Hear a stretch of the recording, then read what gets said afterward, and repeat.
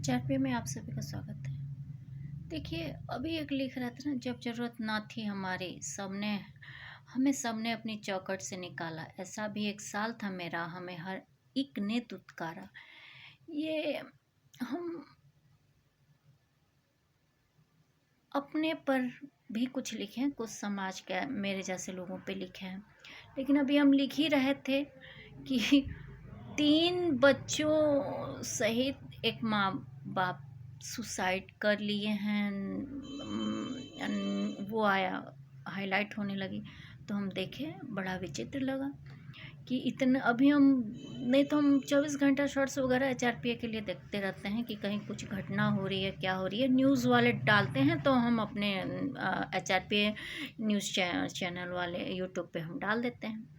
तो अभी लिख रहे थे, उसके बाद हम थोड़ा UGC पढ़े, तो UGC के लिए लोग बेवजह ही चिंता हो रहे हैं। बस उसमें एक ही चेंज है, पहले मैंडेटरी नहीं था, अब पहले सजेस्टिव वो कमीशन था ना, कि क्या होता था, 10 साल या 5 या 10 साल बाद उसका, या हर साल, हमें इतना याद नहीं है, कमेटी गठित की जाती थी किसी की अध्यक्षता में। और एजुकेशन सिस्टम का ऐसे क्या है कि सबसे पहले समिति, PCS वालों को, सिविल सर्विसेज वालों को, या किसी भी एग्ज़ाम्स वालों को, पहली समिति किसकी थी, कब बनाई गई थी, वो प्राइमरी शिक्षा पे बनाई गई थी, कैसे बनाई गई थी, कौन क्या रूल दिया था, बड़ा बढ़िया इसका एक, हम तो ये सारी चीज़ें नोट करके एक जगह रखते थे, क्योंकि कुछ पॉइंट्स ऐसे थे ना जिसमें से 50 क्वेश्चंस आना ही आना था।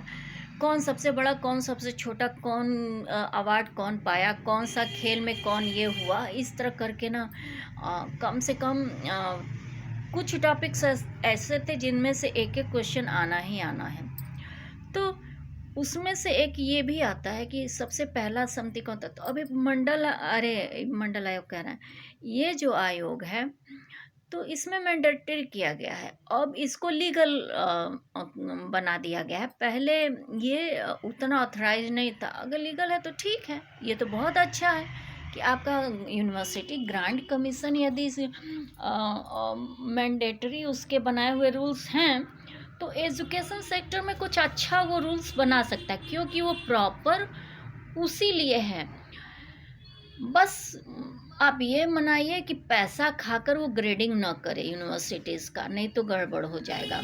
क्योंकि किसके पास कैसी सुविधाएं हैं, उसका कैसा जा रहा है, पूरा एजुकेशन का पूरा लेवल कैसा जा रहा है, ये सारी चीज़ें देखकर वो ग्रेडिंग करता है। UGC ही ग्रेडिंग करता है, आप सबको पता ही होगा, जो जानते हैं उनको पता है। जैसे नए ग्रेडिंग वगैरह जो होती है, वो सब UGC वगैरह डिसाइड करते हैं। तो ये बहुत अच्छी बात है कि और एजुकेशन से जो BEd और MEd वगैरह करते हैं और PhD करते हैं, उनके लिए एक प्रॉपर सिलेक्शन का एक बहुत बढ़िया उनका अपना खुद का डिपार्टमेंट हो गया, एक तरह से कहा जाइए। तो इसका विरोध करने की ज़रूरत नहीं है। बाकी जो रूल्स हैं, तो देखिए, रूल्स कोई लेजिस्लेटिव सिस्टम कितना भी बना ले, वो तब तक लागू नहीं होते या बहुत ज़्यादा इम्प्लीमेंट नहीं किए जा सकते जब तक वो किसी के हित को प्रभावित ना करने लगें। अरे उसे कभी भी वो मैंडेटरी हो ही नहीं सकते जब वो किसी के लीगल हित को बाधित करने लगे। तो यदि OBC, देखिए, OBC के साथ आप, OBC सबसे ज़्यादा हैं भारत में, OBC की संख्या बहुत ज़्यादा है। गुप्ता भी OBC में है, कनौजिया भी OBC है, साहू भी OBC है, सब OBC ही हैं। OBC के पहले नंबर पे केवल एक ब्राह्मण ही आता है, उसके बाद ये क्षत्रिय वत्रिय आते हैं सवर्ण में, और कोई बहुत ज़्यादा है नहीं, उसके बाद सब OBC हैं। तो ब्राह्मणों की संख्या सबसे कम है। तो एक तरह से अगर ये कैटेगराइज्ड हो गया ना, तो आप सोचिए कि रिजर्वेशन ख़त्म होने का टाइम आ रहा है, क्योंकि ये सब एक समान हो गए। पहले क्या था ना कि जॉब वगैरह लेनी हो तो OBC जनरल में भी आते थे, OBC रिजर्व में भी आते थे। जनरल एक तो बेचारे खुद ही जनरल, बहुत मेहनत करके आगे बढ़ते हैं, उनका तो कहीं एडमिशन नहीं होता, जॉब भी बड़ा मुश्किल से होता था। अब उसमें से ऑब्जर्वेशन और रिजर्वेशन कैटेगरी वाले भी उसमें जनरल भर देते थे जब ओबीसी थे। तो हम बहुत पहले बोले थे कि सामाजिक ठीक है, जो बिल्कुल ही पिछड़े हैं आदिवासी जो हैं या फिर ये हैं, इनको इनके अंदर एजुकेशनल और इकोनॉमिक में इकोनॉमिक बेस पे सबको ले लीजिए रिजर्वेशन, सवर्ण को भी ले लीजिए। और चूँकि सवर्ण के पास एजुकेशन शुरू से रही है और कॉन्स्टिट्यूशन में इंटरमीडिएट तक फ्री शिक्षा देना प्रोवाइड किया ही गया है।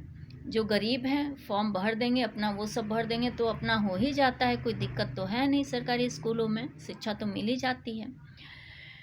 बाकी लोगों को एजुकेशन लेवल पे भी दे दें, लेकिन जो नौकरियां हैं वो वित्त आधारित हैं, इकोनॉमिक हैं। नौकरियों में आप सवर्ण को भी ले लीजिए जो इकोनॉमिक वीक हैं।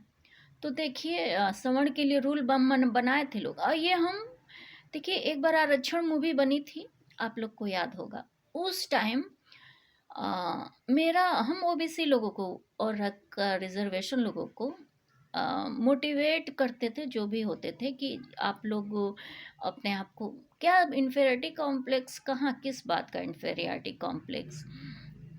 और हमारी दोस्तें भी ओबीसी थी, एससी एसटी भी थी, चमार वगैरह भी शुरू से रही हैं, तो हम लोग कभी भेदभाव नहीं किए और हम हमेशा मोटिवेट किए। हम तिवारी हैं, शांडिल गोत्र थे मायके से, और सरयुपारी ब्राह्मण भी हैं हम लोग, तो हम तो हमेशा करते थे। और उसके बाद जब इसी को इश्यूज बनाने लगे पॉलिटिकल पार्टीज़ वाले, तो उसी वक्त एक सेम मूवी आई थी आरक्षण पे, लेकिन थोड़ा सा गलत मैसेज देते हुए भी रहा।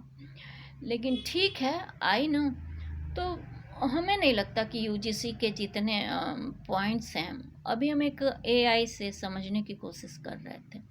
तो और कॉन्स्टिट्यूशन में भी रिजर्वेशन बहुत लंबे टाइम तक चलाने की ज़रूरत नहीं है। यदि समाज एजुकेशनली, सोशली और इकोनॉमिक डेवलपमेंट, इकोनॉमिक तो आप अपने कर्म आप पढ़ा दीजिए सबको, बाकी अब जब एक ही बुक सभी पढ़ रहे हैं, एक ही तरह से एग्ज़ाम दे रहे हैं, और आप रिजर्वेशन वालों को तो बैसाखी ला के इनके बराबर कर दे रहे हैं, तो आप इकोनॉमिक जो जॉब्स होते हैं उसमें काहे को रिजर्वेशन दे रहे हैं। आर्थिक तौर पे वो अपने काबिलियत से नौकरी पाएँ